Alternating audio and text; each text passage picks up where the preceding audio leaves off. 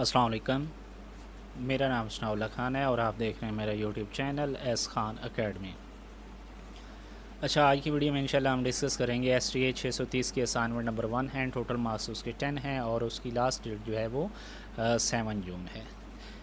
ये मैं आपको बता दूं कि असाइनमेंट आइडिया मैं आपको दूंगा, ठीक है। लिखनी आपने खुद है, बनानी आपने खुद है, ठीक है। इसके अलावा भी आप सोच के कुछ लिख सकते हैं, ठीक है।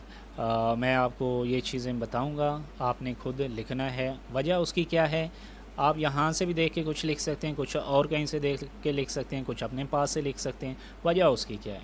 वजह उसकी ये है कि ये असाइनमेंट जो है इसके 0 मार्क्स काफ़ी आते हैं अगर कॉपी पेस्ट की हुई हो तो। अगर थोड़ा सा भी मैचिंग होगा कहीं से भी तो आपको 0 मार्क्स मिलेंगे, ठीक है।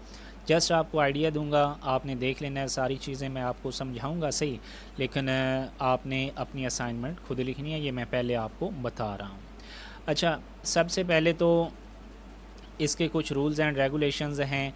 ये असाइनमेंट है क्या कि एक आपको एक पैराग्राफ सा दिया गया है, एक स्टेटमेंट दी हुई है, उसको देखते हुए आपने आपके पास रिक्वायरमेंट क्या है, उसके बाद इम्पॉर्टेंट इंस्ट्रक्शंस क्या हैं। तो पहले हम ये प्रीमाइज एंड रिक्वायरमेंट पढ़ लेते हैं। क्या लिखा हुआ है जी फर्स्ट पे? The Google economy has change a lot with the unprecedented advent of कोविड-19, यानी कि कोविड-19 की गैर मामूली आमद के साथ आलमी मईशत बहुत तब्दील हो गई है, ठीक है। It has altered every person circumstances socially, psychologically, economically and environmentally. उसने माशरती, नफसियाती, माशरती तौर पर और माहौलियाती तौर पर हर शख्स के ख़यालात को तब्दील कर दिया है। People, societies, economies, countries and the whole world is experiencing the indefinite fears, quarantines and the lockdown shock. यानी कि इससे लोगों में, सोसाइटीज़ और उसके अलावा इकॉनमीज़ और सिटीज़, कंट्रीज़, ठीक है, and the whole world is experiencing the indefinite fears, यानी कि पूरी दुनिया को इसका डर रहा है।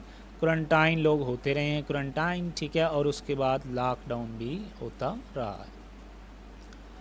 A thorough research is needed on how pandemic has changed the lives and find better way to improve individuals and organizational performance during this catastrophic global event.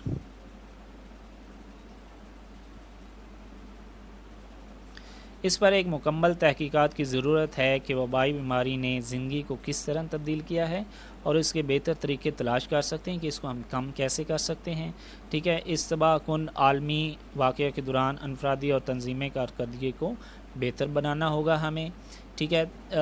तंजीमें कौन सी? मतलब जो हमारे पास डॉक्टर्स वगैरह हैं, हॉस्पिटल्स वगैरह हैं, उसको बेहतर बनाना पड़ेगा।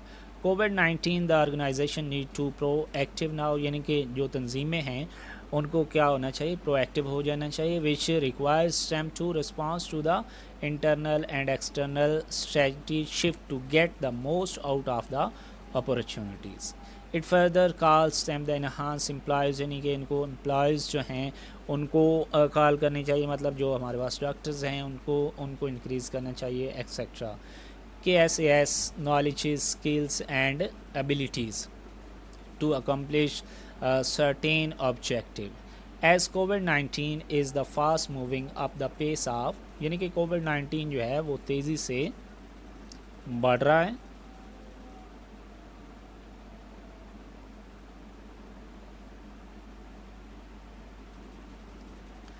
तेज़ी से बढ़ रहा है। ऑर्गेनाइजेशन है बीन नेचुरल पुट इनटू, यानी कि ऑर्गेनाइजेशंस को कहीं किसी ऐसी सिचुएशन में रखना चाहिए जहाँ पे उनको मॉडर्नाइज किया जा सके। फॉर एग्ज़ाम्पल वर्किंग रिमोटली, यानी कि दूर से काम करना, जैसे कि ये कहते हैं कि SOPs और दूर से काम, 6 फुट का फासला, etcetera. Since performance is considered as a benchmark to get job done and the pertinent mechanism for performers tended to motivate employees and achieve organizational sustainability. Hence, a researcher designed his research to investigate the impact of remote working on employees performing in telecom industry of Pakistan. The result were astonishing as performance of employees at same designations level was different from each other. यानी कि एक ही designation पे जो नताइज थे वो क्या थे, different थे. He found that some employees have high motivation during remote working, whereas the other have low motivations during remote working.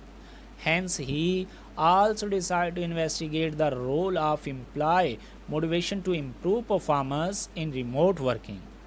After data analysis, he will provide various recommendations to the policy makers to make designs accordingly. यानी कि for example आप researcher हैं तो ये सारी चीज़ें आपने करनी है, आपने उसका जायज़ा लेना है और उसमें ये सारी चीज़ें जो हैं आपने देखनी है. अब हमारे पास रिक्वायरमेंट क्या है? रिक्वायरमेंट है हमारे पास identify independent variable, dependent variable, moderating variable. तो सबसे पहले तो हम देख लेते हैं कि ये चीज़ें क्या होती हैं. इंडिपेंडेंट वेरिएबल क्या होता है, डिपेंडेंट वेरिएबल कौन सा होता है और मॉडरेटिंग वेरिएबल कौन सा होता है. सबसे पहले हम बात करते हैं कि डिपेंडेंट वेरिएबल और इंडिपेंडेंट वेरिएबल कौन सा होता है. Researchers who focus on causal relations usually begin with an effects and then search for his causes. The cause variables are दूसरा the one that identifies forces or conditions that act on something else is the independent variable. I hope आपको यहाँ कख नहीं समझ आई होगी. मैं आपको वैसे बता देता हूँ. वेरिएबल ऐसा वेरिएबल जो किसी दूसरे पे डिपेंड ना कर रहा हो, उसको हम यानी कि एक आज़ाद हो, उसको हम कहते हैं इंडिपेंडेंट वेरिएबल. ठीक है. अगर हम मैथ के लिहाज से बात करें कि y is equal to m x plus c, तो यहाँ पे जो हमारे पास x होता है जिसकी हम अपनी मर्ज़ी से वैल्यू ले सकते हैं, उसको हम इंडिपेंडेंट वेरिएबल कहते हैं. और y जो है वो x पे डिपेंड हो रहा होता है. ठीक है. और दूसरा होता है कि हमारे पास डिपेंडेंट वेरिएबल कौन सा होता है. डिपेंडेंट वेरिएबल होता है जो किसी दूसरे पे डिपेंड कर रहा हो. जैसे कि फॉर एग्ज़ाम्पल एक आप हैं और एक आपके फ़ादर हैं. ठीक है. अगर आप और आपके फ़ादर को देखा जाए, अगर आपके फ़ादर कमा रहे हैं और आप खा रहे हैं, तो आपके फ़ादर क्या हैं, वो इंडिपेंडेंट वेरिएबल हैं. और एक आप डिपेंडेंट वेरिएबल मतलब आप अपने फ़ादर पे उनकी पे क्या कर रहे हैं, डिपेंड कर रहे हैं. तो इसको कहते हैं डिपेंडेंट, यानी कि दूसरे पे डिपेंड करना. ठीक है. उसको हम कहते हैं डिपेंडेंट वेरिएबल. उसके बाद है moderating variable. A moderating variable is one that has the strong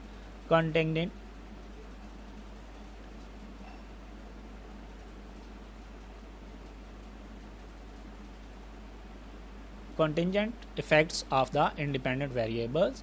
Dependent variables relations. अब यहाँ पे मॉडरेटिंग वेरिएबल कौन सा होता है? मॉडरेटिंग वेरिएबल वो होता है जो मतलब डिपेंडेंट वेरिएबल और इंडिपेंडेंट वेरिएबल्स के दरमियान रिलेशन को डिफ़ाइन करता है. ठीक है. उन दोनों को लेके उसको कंपेयर करता है और उन दोनों की प्रॉपर्टीज़ को लेके उसको कंपेयर करता है. ठीक है. या उनके सिंपल अल्फाज में कह रहे हैं कि उनके दरमियान मतलब एक डिपेंडेंट वेरिएबल एक इंडिपेंडेंट वेरिएबल, उनके दरमियान जो रिलेशनशिप को शो करता है उसको हम मॉडरेटिंग वेरिएबल कहते हैं. अब इसके अलावा यहाँ पे हाइपोथेसिस हैं. हाइपोथेसिस क्या होते हैं? एक किस्म का मफरूज़ा होता है जो हमने बताना होता है कि ये ऐसा हो जाए तो ऐसा हो जाएगा, अगर ऐसा ना हो तो वैसा हो जाएगा. ठीक है. तो इसके कुछ इम्पॉर्टेंट इंस्ट्रक्शंस हैं, वो भी हम देख लेते हैं. ये लाजमी रीड कीजिएगा, ये मैं आपको बता दूं. ठीक है. Students are advised to study the whole text carefully. ठीक है. Try not to include any irrelevant material. Irrelevant material आपने नहीं ऐड करना, अदरवाइज़ 0 मार्क्स मिलेंगे. ओरिजिनल आंसर देना है. ठीक है. प्रिसाइज और ओरिजिनल आंसर. अगर आपने पास से कुछ लिखते जाएंगे मतलब बड़ा आंसर करते जाएंगे तो आपको 0 मार्क्स मिलेंगे. कॉपी करेंगे तब भी 0 मार्क्स मिलेंगे. ये चीज़ इसमें बड़ी है.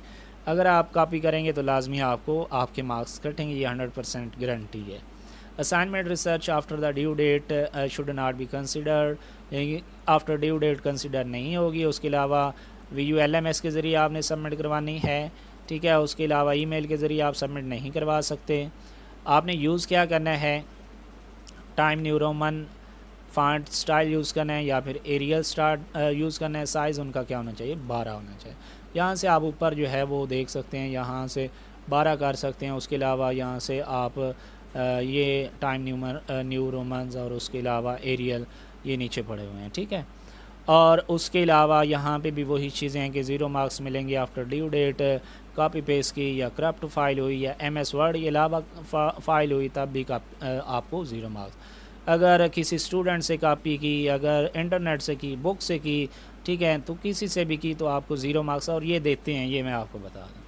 और उसके अलावा कह रहे हैं कि 24 घंटे आपको मिलेंगे, यानी कि जब लास्ट डेट है उसके बाद 24 घंटे भी मिलेंगे आपको अपनी असाइनमेंट सबमिट करने के लिए। यानी कि आपकी जो लास्ट डेट है वो क्या है, 8 जून तक समझ लें है, ठीक है। अब चलते हैं हम अपने सोल्यूशन की तरफ। सोल्यूशन हमारे पास क्या है जी, फर्स्ट है इंडिपेंडेंट वेरिएबल। इंडिपेंडेंट वेरिएबल अगर हम यहाँ इसमें से देखें तो वो हमारे पास कौन से बन रहे हैं जी, कोविड-19, यानी कि कोविड-19 जो है वो किसी पे भी डिपेंडेंट नहीं कर रहा, एक इंडिपेंडेंट वेरिएबल है। तो मैंने यहाँ पे क्या लिख दिया, कोविड-19 इज़ अ इंडिपेंडेंट वेरिएबल, ठीक है। आप इसको ऐसे भी लिख सकते हैं, कोविड-19 इज़ अ इंडिपेंडेंट वेरिएबल या independent variable is a covid, changing कर सकते हैं, अपने लिहाज से लिख सकते हैं। उसके बाद अगर हम डिपेंडेंट वेरिएबल की बात करें इस पैराग्राफ में, तो यहाँ से अगर देखें तो लोग हैं, सोसाइटीज़ हैं, इकॉनमीज़ हैं, कंट्रीज़ हैं, होल वर्ल्ड, ठीक है। तो ये आपके पास क्या हैं, डिपेंडेंट वेरिएबल हैं। यानी कि अगर कोविड-19 ज़्यादा होता है तो लोग डर जाएंगे, सोसाइटीज़ मसला बनेगा, ठीक है। इकॉनमीज़ तबाह होगी जैसे कि अभी हो रही है, ठीक है। कंट्रीज़ जो हैं उनकी इकॉनमीज़ वही चीज़ आ जाती है, ठीक है। तो जो हमारे पास डिपेंडेंट वेरिएबल आ रहे हैं वो मैंने यहाँ पे क्या लिखा है, people, societies, economies and countries. इसके अलावा भी आप इसमें से देख के लिख सकते हैं कि कौन कौन से हैं, ये आपका एक आइडिया है एक किस्म का, ठीक है। अब मॉडरेटिंग वेरिएबल की बात करें तो हमने यहाँ पे ऑर्गेनाइजेशंस पढ़ा है या एम्प्लॉयज़ पढ़ा है। ऑर्गेनाइजेशन ज़्यादा जो है वो बेस्ट है, ठीक है, आई थिंक। ऑर्गेनाइजेशंस और उसके बाद एम्प्लॉयज़ के एस ये आपके पास मॉडरेटिंग वेरिएबल है। हाइपोथेसिस की बात करें तो हाइपोथेसिस आपने 2 लिखने हैं वेरिएबल्स को यूज़ करते हुए। तो फर्स्ट मैंने लिखा है कि कोविड-19 pandemic affected the environment placing a strain on economy and all part of human society. यानी कि कोविड-19 जो है, ये जो बीमारी है ये एनवायरनमेंट पे भी असरअंदाज होती है, इकॉनमी और उसके अलावा उसके बाद ह्यूमन सोसाइटी के तमाम हिस्सों पे जो है ये असरअंदाज होती है। दूसरा वेरिएबल आप लिख सकते हैं, इसी में आप चेंजिंग करके लिख लें या खुद से लिख लें, ठीक है। यानी कि इसको हम नल हाइपोथेसिस अगर कह लें तो अल्टरनेटिंग हाइपोथेसिस हम कैसे बना सकते हैं कि कोविड-19 pandemic affected does not affected, ठीक है, मतलब असरअंदाज नहीं होता, तो उसको हम क्या कहते हैं, अल्टरनेटिंग हाइपोथेसिस। तो ये थी आपकी असाइनमेंट। आई होप आपको इसकी कुछ ना कुछ समझ आई होगी। और ये मैं आपको बता दूं कि आपने असाइनमेंट अपनी खुद बनानी है, किसी से ना लीजिएगा, ठीक है। बेशक मिक्सिंग कहीं से मिलती है तो उसको मिक्स कर लें, ठीक है, तो तब आपको मार्क्स मिलेंगे। अदरवाइज़ ये काफ़ी स्ट्रिक्ट जो हैं, ये सुपरवाइज़र हैं, इंस्ट्रक्टर हैं, तो आपको 0 मार्क्स ना मिल जाएँ, ठीक है। तो आई होप आपको इसकी समझ आई होगी। अगर नहीं आई तो आप मुझसे अगेन डिस्कस कर सकते हैं, ठीक है। Thanks so much for watching. अल्लाह हाफिज़।